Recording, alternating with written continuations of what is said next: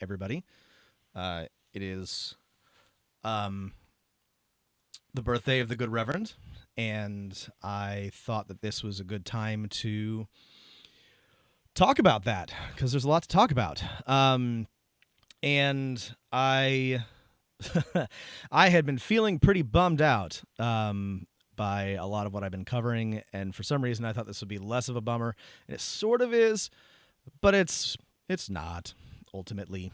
I want to talk about what I'm interested in as a person, as a historian, is the things that I didn't learn, the things that I don't think were very well covered in the history that I was taught. The areas where it seems like American history obscures deliberately or accidentally or through omission some of what is true or interesting. And so what that means is I often end up talking about things that are kind of a bummer for a lot of reasons. But I think this should be really interesting. I hope that you all enjoy this. I am not a scholar of the Good Reverend Martin Luther King Jr., and there are a lot of people, both of all historical and political persuasions, who have written about him better than I could ever, and I encourage you to read their works. Also, much of his correspondence and his speeches and his own writing is available for you to review, and I encourage you to read it. I'm going to try to read some of it to you tonight. But I hope to talk a little bit about the things that you don't read about or hear about in your standard histories of Martin Luther King. So, without further ado, let's get to it. So, Martin Luther King Jr. I'm not going to cover a lot of the. Oops. Hang on, everybody. I lost my notes. I'm not going to cover a lot of the basics of Martin Luther King's Jr.'s life because it's better covered elsewhere, and I have a billion other things to talk about. So this is not a biography, but I'm going to cover some of the highlights. All right. And so just know that Martin Luther King Jr., a black man from the South, raised Christian and attended school to become a minister, first at Crozier Theological Seminary, and then at Boston University. And so King started his religious education very, very early. I think he began at Crozier in 1947 when he was 18 or close to 18.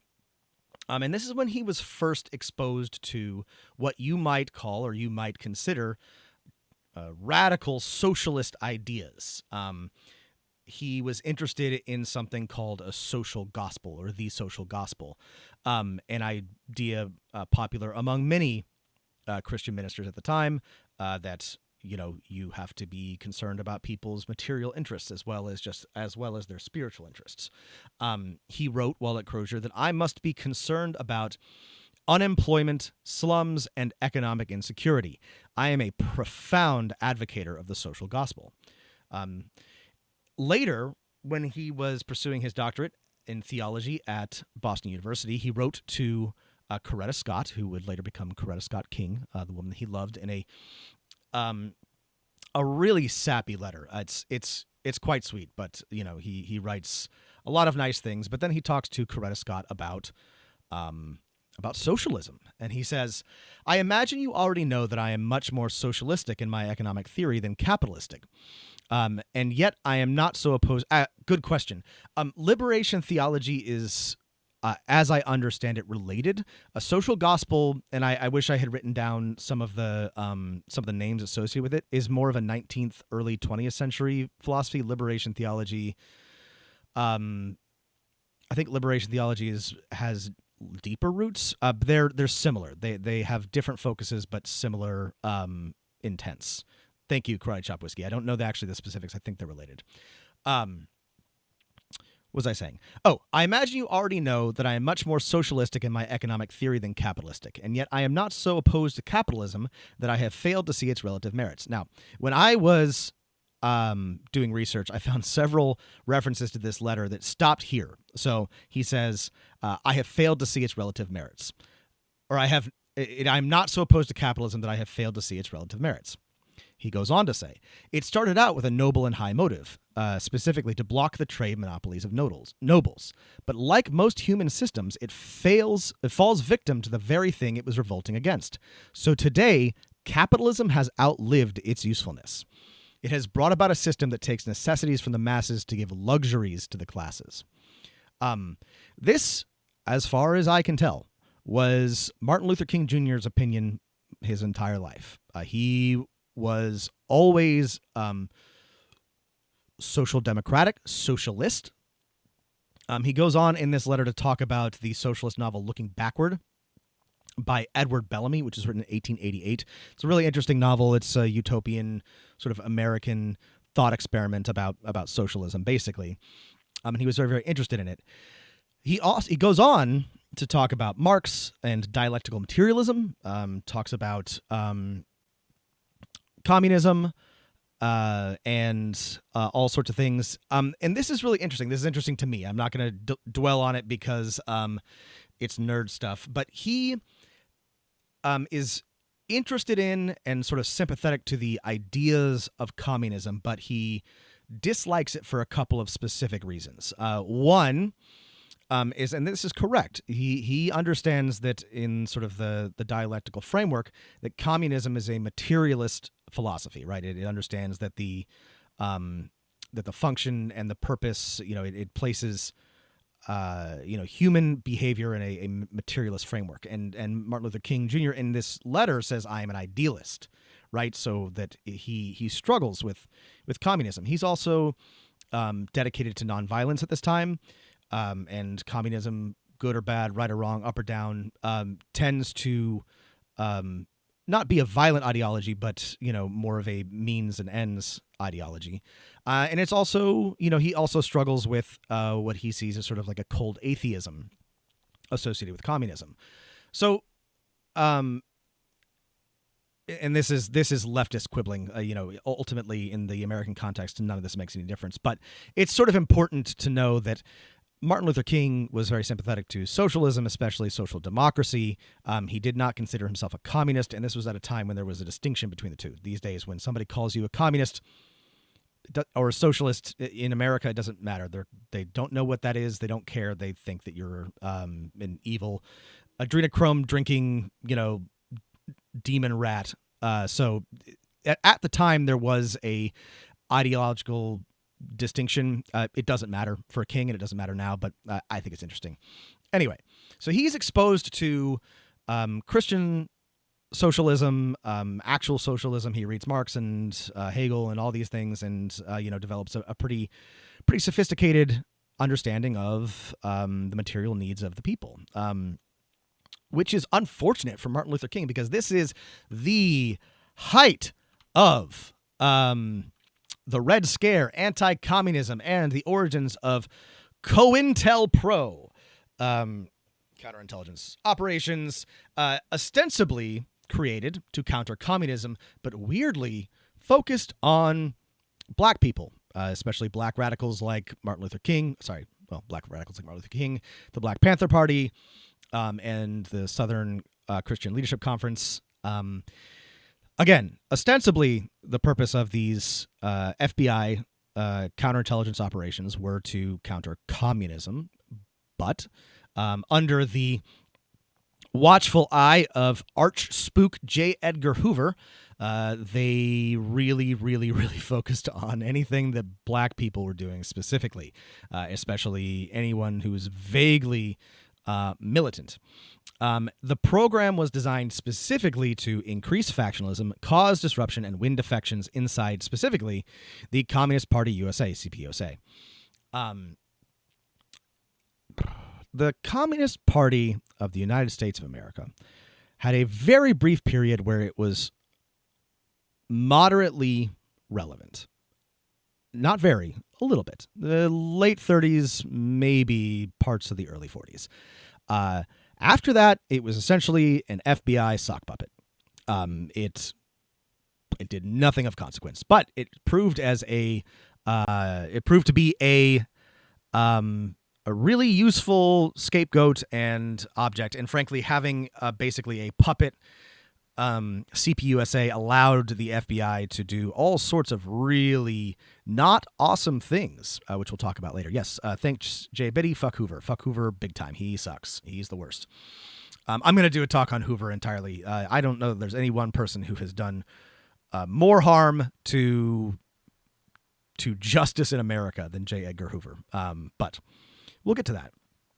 Anyway, in October of 1956, a memo from Hoover reclassified the FBI's ongoing. Now, they had already been surveilling black leaders, but he included it within COINTELPRO with the justification that the movement was infiltrated by communists. In 1956, Hoover sent an open letter denouncing Dr. T.R.M. Howard, who was a civil rights leader, a surgeon. He was a wealthy entrepreneur in Mississippi who had criticized FBI inaction, a failure to solve the murders of George Lee, Emmett Till, and other African Americans in the South. Later, when the Southern Christian Leadership Conference was founded, the FBI was immediately began to monitor and target the group. Now, this here, just so you know, is a letter about from the FBI talking about when to release the information that a member of the Black Panther Party was pregnant and sow division within the group. They loved to do this. They loved it.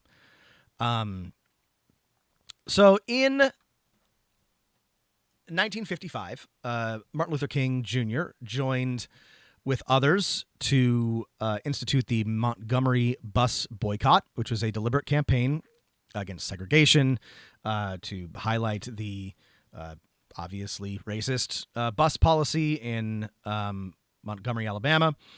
This was technically successful. The Browder versus Gale Supreme Court case determined that this was unconstitutional. And when you learn about the Montgomery bus boycott, you often hear about Rosa Parks and, justice and whatever. But actually, as it turns out, this resulted in a wave of violent backlash and recrimination. 5 black churches were burned. Buses were shot at by snipers. Martin Luther King Jr.'s house door was blasted with shotguns. Yes, I'm sorry, I've gone and forgotten her name. There was a young girl before Rosa Parks. I'm blanking. If somebody finds it, they can tell me. And it was determined that she was not the right face of this movement. And they specifically selected Rosa Parks because she was a nice old black lady. And it would look bad if they treated her like shit. And you know what? They were right. But this was not just a spontaneous act of civil disobedience. This was planned. This was extremely deliberate. And Rosa Parks deserves all the credit that she gets. But it wasn't as if she just decided to stand up to injustice and then it happened. This took organization. It took coordination. And ultimately, it resulted in the strengthening of other segregation laws, even though the buses were technically desegregated. This still had the effect of vaulting Martin Luther King Jr. to prominence in 1956 and the beginning of a long relationship with the Federal Bureau of Investigation as they began to worry that he was involved with communism. This is also when he began his friendship with a man named Stanley David Levison. And Stanley David Levison was an American businessman and lawyer who became Martin Luther King Jr.'s friend after the boycott. He had been the treasurer. He had been financially involved with the Communist Party of the USA, but had mostly cut ties by 1956, 1957. But Levinson had the misfortune of being involved with a couple of other FBI informants who allowed the FBI to justify wiretapping and surveilling him basically for the rest of his life. And he was repeatedly interrogated by the House Un-American Activities Committee. But from the late 1950s until King's death, he was, without a doubt, it is said by a lot of historians, King's closest white friend, the closest friendship he had with a white person. And in 1956 and 1957, Levison helped to drop the founding agenda and documents for what came to be, what eventually was the Southern Christian Leadership Conference. From what I can tell, Levison was a nice Jewish man who was very concerned about social and economic justice. I haven't read all that deeply. I read through a few primary source documents. He really believed in what Martin Luther King Jr. was doing. He refused any sort of payment every time MLK Jr. tried to pay him. He really cared about racial equity, and the FBI used him to spy on everybody. Sucks. In 1958, Martin Luther King Jr. Wrote a book about the Montgomery bus boycotts called Stride Toward Freedom, and he was doing a book tour in the South when he was approached while signing a book by a 42-year-old African-American woman with cat's eye glasses and a stylish suit. She asked him, "Are you Martin Luther King Jr.?" He said yes. And then she leaned over the desk and stabbed a 7-inch penknife into Martin Luther King's chest with such force that it snapped the handle off. You can see it in this picture. You can see it sticking out of his chest. He survived, though it very, very narrowly missed his heart. And it turns out that this woman, Isola Ware Curry, believed that King was conspiring against her with communists. Now, Curry was absolutely mentally ill in a real way. She had potentially schizophrenia, and was deemed not mentally competent to stand trial. So I don't want to lean too hard on this. However, I must point out that it's strange that she somehow believed that King was conspiring against her with communists. I wonder where she got that idea. Now, I mentioned that around this time, Martin Luther King Jr. and other civil rights activists founded the Southern Christian Leadership Conference.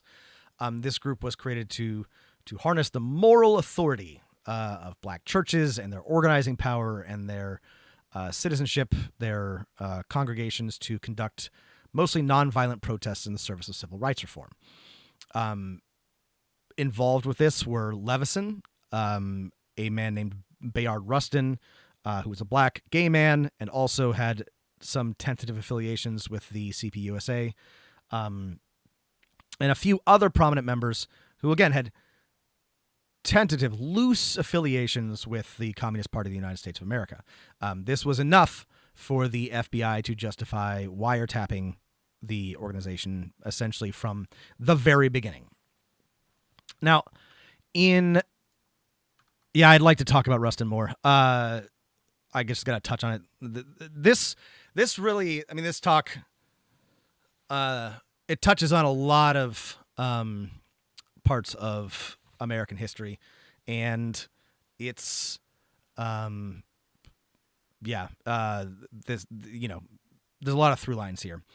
In 1963, the Southern Christian Leadership Conference began a campaign once again against racial segregation and economic injustice in Birmingham this time. So much like they had been doing throughout the late 50s and early 60s, black people in Birmingham occupied public spaces. There were marches, sit-ins, and they were openly violating laws that they considered to be unjust.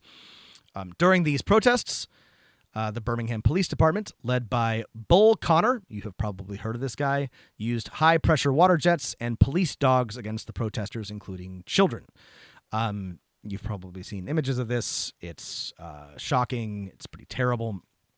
And it did turn a lot of white people against segregation. It looked really bad. Early on in this campaign, King was arrested and jailed. This was the 13th time he had been arrested. By the way, our lovely mayor here in Portland, Oregon, was just recently complaining about activists who had been arrested multiple times and how that said something about them, how that was concerning. So first of all, fuck you, Ted Wheeler. Second of all, Ted Wheeler would have hated Martin Luther King Jr., which I'm going to get to in just a minute. But if anybody tells you that it's somehow a problem or remarkable that somebody has been arrested a lot of times, just, remember that laws are fake. I didn't say that. I obey the law. Don't arrest me. But they're also fake. While he was in prison, Martin Luther King Jr. composed the famous letter from Birmingham jail, which was addressed to other religious leaders. And I know that a lot of you are probably familiar with this, but I think that this is probably the most important thing for the 21st century America that Martin Luther King Jr. wrote. And so I want to read an important part of it, because I think that, there's a very famous, thanks, JBD, there's a very famous, I couldn't find it because I ran out of time and I wanted to use this picture instead, but like a cartoon with Martin Luther King Jr., surrounded by violence and chaos and, saying something about how he's peaceful. They said the same thing that they say about, activists now, that, denouncing his violence. Anyway, this is what he had to say about from the Birmingham jail. I must make two honest confessions to you, my Christian Jewish brothers. First, I must confess that over the last few years, I have been gravely disappointed with the white moderate. I have almost reached the regrettable conclusion that the Negro's great stumbling block in the stride toward freedom is not the white citizens' counselor or the Ku Klux Klanner, moderate, who is more devoted to order than to justice, who prefers a negative peace, which is the absence of tension, to a positive peace, which is the presence of justice, who constantly says, I agree with you in the goal you seek, but I can't agree with your methods of direct action, who paternalistically feels that he can set the timetable for another man's freedom, who lives by the myth of time, and who constantly advises the Negro to wait until a more convenient season. Shallow understanding from people of goodwill is more frustrating than absolute misunderstanding from people of ill will. Lukewarm acceptance is much more bewildering than outright rejection. This phrase, prefers a negative peace, which is the absence of tension, to a positive peace, which is the presence of justice, describes to me the essence of centrist politics in America. And if you wonder why sometimes leftists go after Democrats or centrists more viciously than they do, against actual racists, this is why. There's a certain element of frustratingness. It's bewildering, like King says. Anyway, this is one of the many things about King that gets forgotten. The things that get sort of smoothed over in his canonization.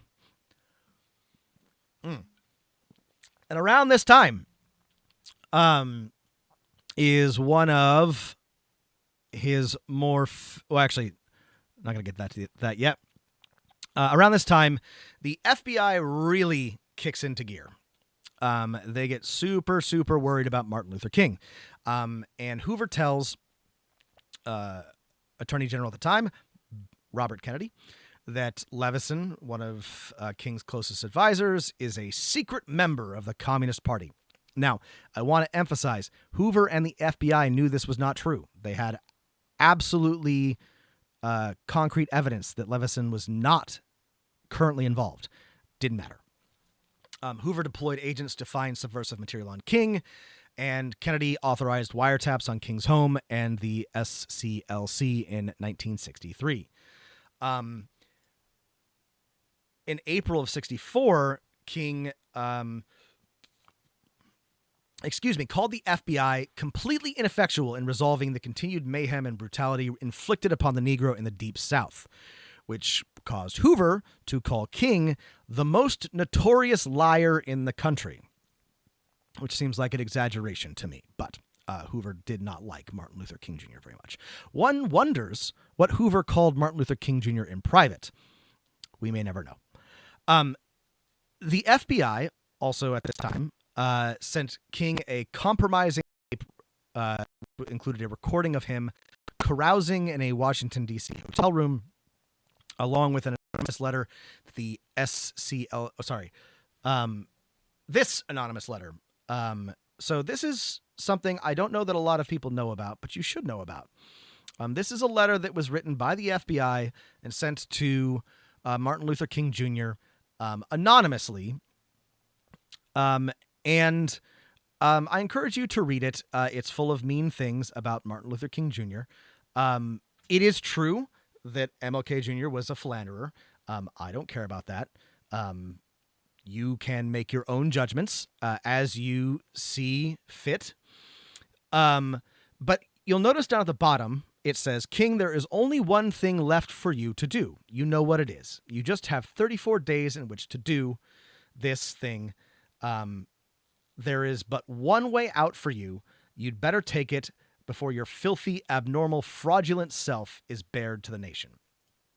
Now, if you're a big, dishonest dum-dum, you might think that this is, there's some room for interpretation.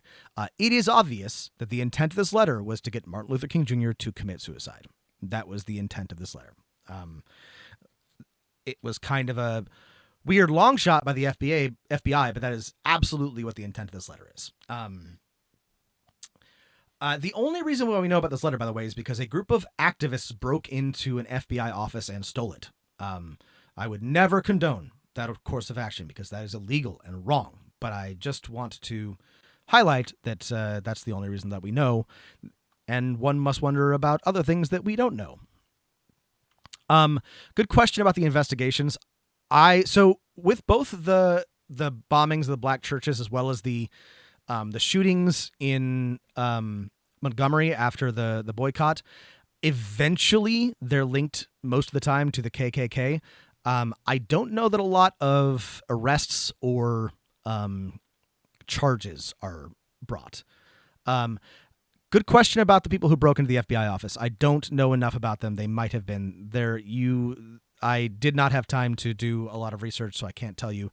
But they were cool either way. All right. So also at this time, so this is a lot's happening in 1963, 1964. This is when the March on Washington happens. Now, the thing that is often forgotten about the March on Washington is that its full name is the March on Washington for Jobs and Freedom. And it was very well organized. It was deliberate, and there was a substantial and specific list of demands. And I want you to listen to this list of demands. First was the passage of meaningful civil rights legislation. Great. Second, elimination of school segregation. However, this is where it gets interesting. It also called for a program of public works, including job training for the unemployed, a federal law prohibiting discrimination in public or private hiring, a $2 an hour minimum wage nationwide. By the way, everybody, I hope you're listening. This is the equivalent to $17 today. I'm just saying.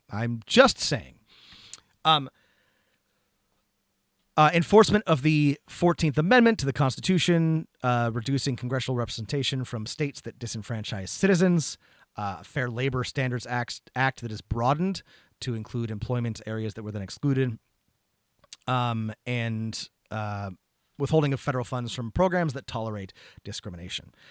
There was a deliberate and explicit economic agenda to this. It was not just a vague civil rights march. That was important. And Martin Luther King Jr.'s I Have a Dream speech is a tremendous speech, and it deserves all of the credit that it gets. But focusing on it, and specifically focusing on the bits of it which sound nice to, white liberal ears, obscures the actual intent of this march. So,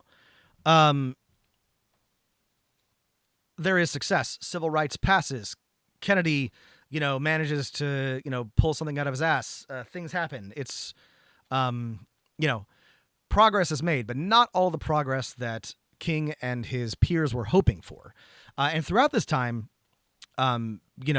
people like Kennedy and other people in respectable positions are encouraging King to cut ties with anybody with just the tiniest hint of communism about them, which means that he eventually stops corresponding with Leveson, who was his friend and confidant. And this was Leveson's own suggestion that it was bad for King to be associated with him. He also stopped associating with Odell and with Bayard Rustin and a bunch of others because, much like how Barack Obama needed to disavow Reverend Wright, that is sort of the cost of being a prominent, powerful black man in the United States is a constant string of disavowals and casting off of people seen as inconvenient. And this is not a criticism; it has to be done. It's just that's the cost. In 1965 and 66, King joined the Chicago Freedom Movement, also known as the Chicago Open Housing Movement, which exactly what it sounds like, advocated for open housing, education, transportation and job access, income and employment, health, wealth generation, crime, community development, tenants' rights, and just general quality of life stuff. I hope that a pattern is starting to emerge of what King is enthusiastic about and what he cares about, and it is throughout his life economic justice. It is, of course, racial justice, but it is also economic justice. And he wrote and said again and again and again, things like, what good is it if a man can sit at a counter if he can't afford to buy a hamburger? He understood very clearly that if, there were not economic rights extended to black people in America, then the civil rights that they had fought and won would not be fully realized. He supported reparations throughout his life. He was unequivocal in this. What really turned, popular opinion against Martin Luther King Jr., however, was his opposition to the war in Vietnam. Or this was I think the final straw. And in 1967, he was opposed to it from the very beginning and was always unequivocal about this. In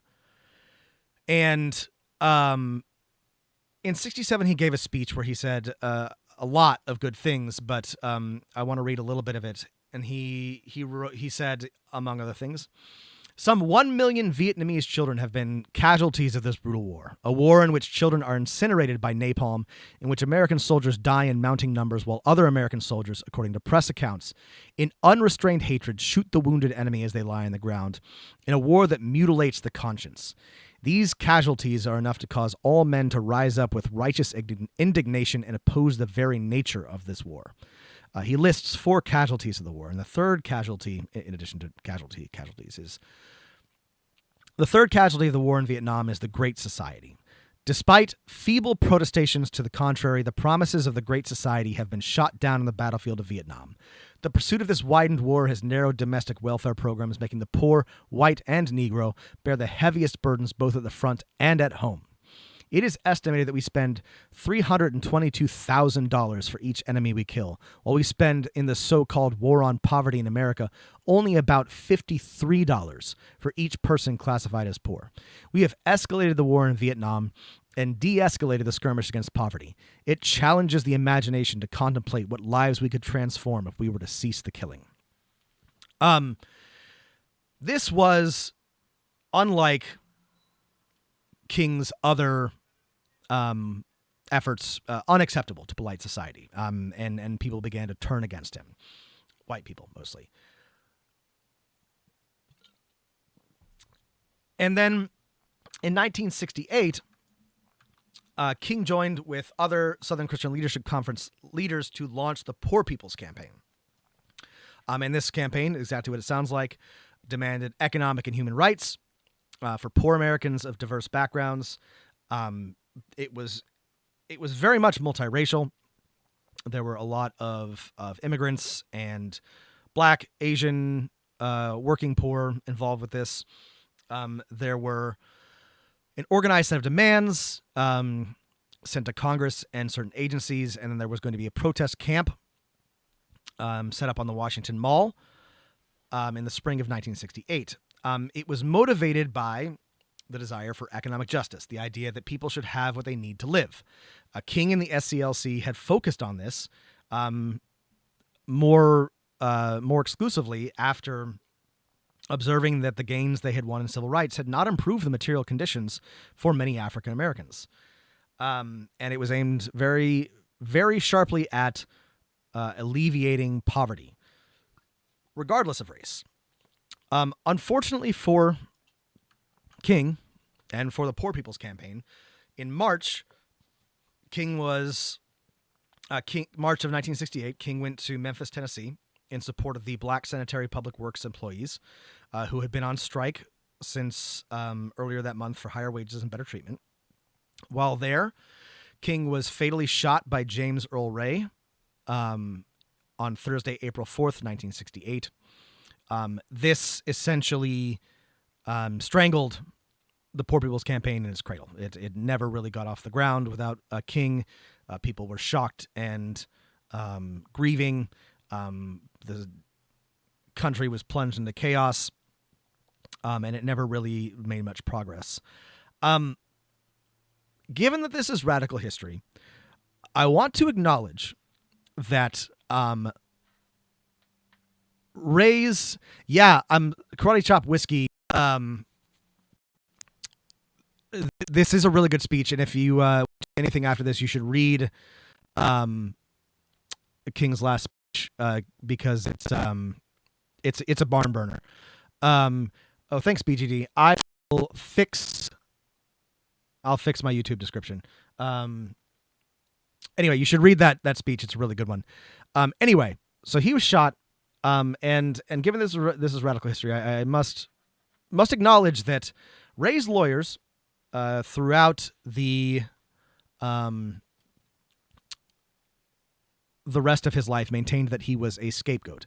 The King family, his widow and his children, have long been outspoken about the belief that there was a conspiracy and James Earl Ray was not responsible. Many who worked with King also believe in the likelihood of a conspiracy, including John Lewis, who said, "I think there was a major conspiracy to remove Dr. King from the American scene." I don't have anything definitive to say about who killed Martin Luther King Jr. However, draw your own conclusions, I suppose, is all I'm going to say about that. So at the end, I sort of,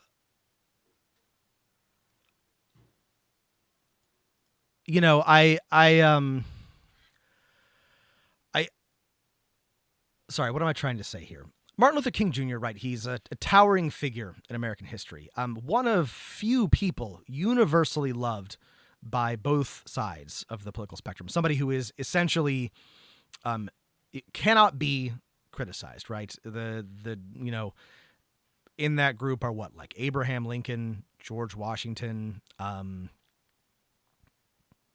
genuinely don't know who else commands this level of respect, who has been canonized in American civil religion as much as Martin Luther King Jr. is.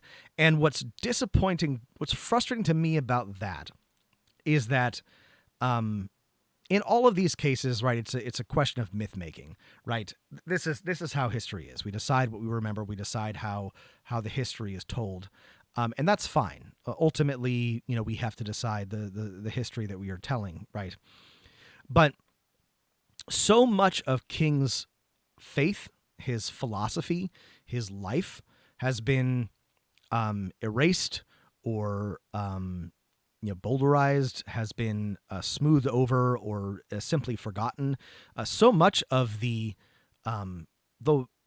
truly indefensible way that our highest levels of government treated him one of the reasons why I get really cranky every time somebody gives any credit whatsoever to the FBI, and why I was constantly about to pop a blood vessel during the Mueller investigation, was the FBI is not your friends. They're not anybody's friends. They're not, certainly not on the side of justice. They're barely on the side of the law, and I don't know that this should change anything about our opinion of Martin Luther King, or about really, I don't know that it changes a whole lot about the history itself, but I think it's important to know. I think that it is a disservice to his memory, right, that he has been made into this sort of like, friendly Santa Claus figure, right? This harmless, nonviolent advocate for justice, right? I think that this is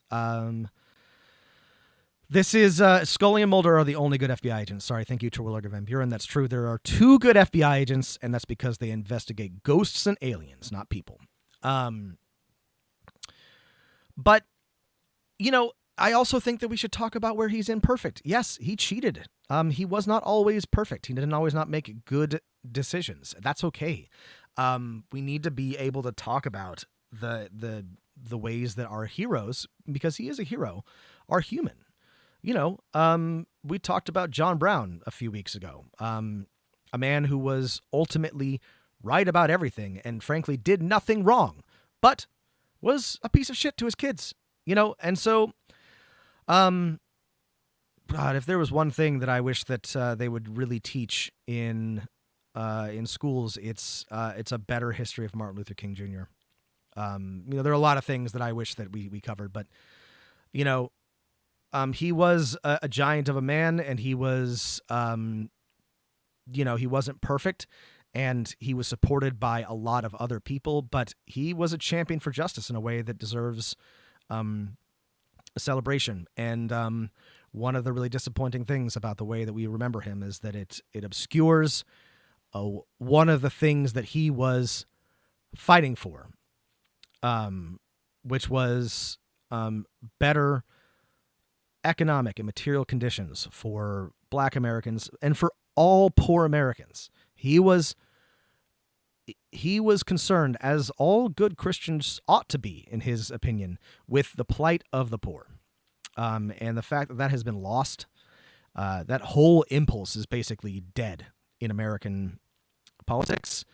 I don't think Martin Luther King Jr. is less of a angry man than I am. I don't think that he would be furious with the way things that have progressed, but I do think he would be disappointed.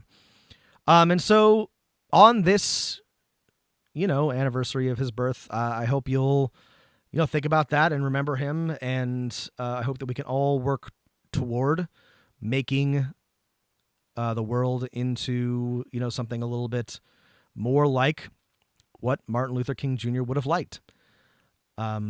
So thank you all for tuning in. Thank you all for listening. Good luck this week with the inauguration and everything. I hope everybody stays safe. And I think I will probably take next week off, but maybe I'll feel motivated. Who knows? Check my Twitter, Instagram, whatever, for updates. And I hope everybody has a good night. Bye, everyone.